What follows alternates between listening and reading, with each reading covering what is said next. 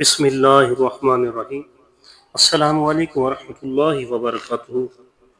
پیارے ناظرین کرام، خوش آمدید آپ کے اپنے چینل حنیف وائس پر، جہاں ہم قرآن و سنت کی روشنی میں آپ کی زندگی کے اہم ترین مسائل کا حل پیش کرتے ہیں۔ آج کا موضوع نہایت اہم، غور طلب اور ہر گھر سے متعلق ہے۔ سوال یہ ہے کہ فجر کی نماز کے بعد سونا کیسا ہے؟ کیا یہ جائز ہے؟ کیا اس سے رزق پر اثر پڑتا ہے؟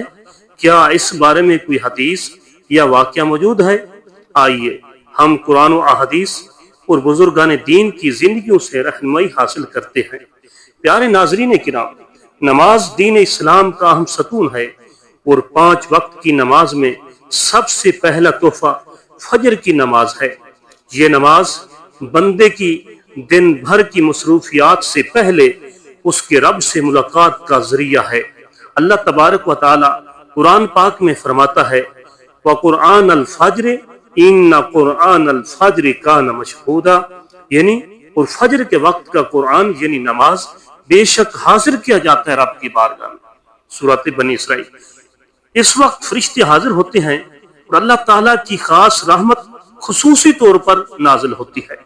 ناظرین، اب آتے ہیں اصل سوال کی طرف کہ فجر کے بعد سونا کیسا ہے؟ کیا نبی کریم صلی اللہ علیہ وسلم نے اس بارے میں کچھ فرمایا؟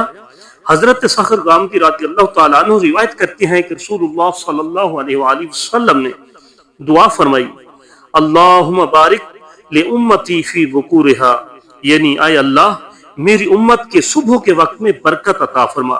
سنن ابی داؤد۔ نبی کریم صلی اللہ علیہ وسلم خود فجر کی نماز کے بعد بیدار رہتے، صحابہ کرام سے ملاقات فرماتے، ذکر الہی کرتے اور سورج نکلنے کے بعد چاشت کی نماز ادا فرماتے۔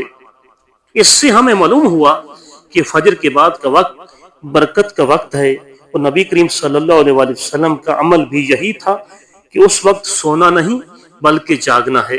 حضرت مولا علی کرم اللہ وجہہ کا قول ہے جو شخص فجر کے بعد سوتا ہے وہ رزق کی تقسیم کے وقت غافل ہوتا ہے، یعنی وہ لمحے ہوتے ہیں جب اللہ تعالیٰ اپنے بندوں کے رزق کی تقسیم فرماتا ہے، اور اگر ہم ان لمحوں کی نیند میں گزار دیں تو گویا ہم اس تقسیم میں اپنی توجہ اور طلب کو کھو بیٹھتے ہیں۔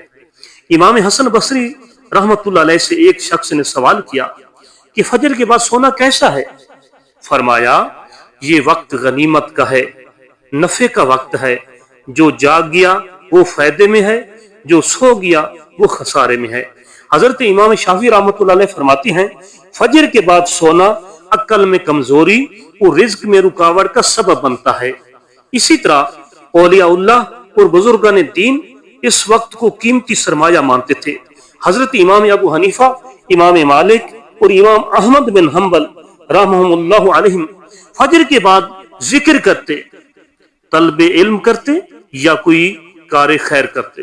ان کا معمول تھا کہ جب تک سورج طلوع نہ ہو جائے تب تک سونا جائز نہیں سمجھتے، بلکہ اسے روحانی نقصان کا ذریعہ مانتے۔ اب سوال پیدا ہوتا ہے کیا فجر کے بعد سونا بالکل ناجائز ہے؟ تو اس کا جواب یہ ہے کہ اگر کوئی شخص بیمار ہو یا رات کی ڈیوٹی یا مجبوری کی بنا پر سونا چاہے تو یہ جائز ہے، شریعت میں اس کی گنجائش موجود ہے۔ البتہ اگر کوئی شخص صحت مند شخص ہو، بلا مجبوری روزانہ فجر کے بعد سوتا ہے تو وہ برکت سے محروم رہتا ہے اور اسے اس عمل سے پرہیز کرنا چاہیے۔ نبی کریم صلی اللہ علیہ وسلم کا معمول تھا کہ فجر کے بعد بیٹھ کر ذکر فرماتے حتیٰ کہ سورج نکلتا، پھر چاشت کی 2 رکعت نماز ادا کرتے۔ حضرت اسماء بنت ابی بکر رضی اللہ تعالیٰ عنہما فرماتی ہیں نبی کریم صلی اللہ علیہ وسلم فجر کے بعد بیٹھے رہتے حتیٰ کہ سورج طلوع ہو جاتا۔ صحیح مسلم۔ یہ وقت چاشت کی نماز کا بھی ہے جو کہ نبی کریم صلی اللہ علیہ وسلم کی ایک سنت ہے اور جس کے فضائل بے شمار ہیں۔ نبی کریم صلی اللہ علیہ وسلم نے فرمایا چاشت کی 2 رکعتیں ادا کرنا 360 جوڑوں کا صدقہ ہے۔ صحیح مسلم۔ اب ذرا فجر کے بعد جاگنے کے دنیاوی اور روحانی فوائد بھی دیکھ لیتے ہیں۔ دل میں نور، دن بھر کے کاموں میں آسانی، رزق میں کشادگی، طبیعت میں نشاط اور سب سے بڑھ کر اللہ تعالیٰ کی قربت جو لوگ فجر کے بعد سوتے ہیں ان کے متعلق علماء کرام فرماتی ہیں کہ وہ رزق کی تقسیم کے وقت غفلت میں ہوتی ہیں۔ بعض صوفیہ فرماتے ہیں جس نے فجر کے بعد ذکر کیا اللہ تعالیٰ نے اس دن کی حفاظت فرمائی۔ یہ وقت رزق کا ہے، حفاظت کا ہے، دعا کی قبولیت کا اور روحانی ترقی کا وقت ہے۔ اسے سونے میں ضائع کرنا بہت بڑا نقصان ہے۔ پیارے دوستو، ہمیں چاہیے کہ فجر کی نماز با جماعت ادا کریں، اس کے بعد ذکر کریں، قرآن شریف پڑھیں، کچھ دیر دعا کریں اور پھر چاشت کی نماز کا اہتمام کریں۔ یہ عمل ہمیں دنیا و آخرت کی برکتوں سے مالا مال کر دے گا۔ اگر نیند زیادہ آ رہی ہو تو کچھ دیر چہل قدمی کریں، تازہ ہوا لیں، کوئی دینی کتاب پڑھیں یا تسبیحات میں مشغول ہو جائیں۔ ناظرین کرام، خلاصے کلام یہ ہے کہ فجر کے بعد سونا اگرچہ مطلقاً حرام نہیں، مگر یہ نبی کریم صلی اللہ علیہ وسلم کی سنت کے خلاف ہے اور روحانی، جسمانی اور رزق کے حوالے سے نقصان دہ ہو سکتا ہے۔ اس لیے اولیاء و صلحاء، صحابہ و تابعین اور ائمہ کرام نے اسے ناپسند فرمایا اور ہمیں اس وقت کو بیداری میں گزارنے کی ترغیب دی ہے۔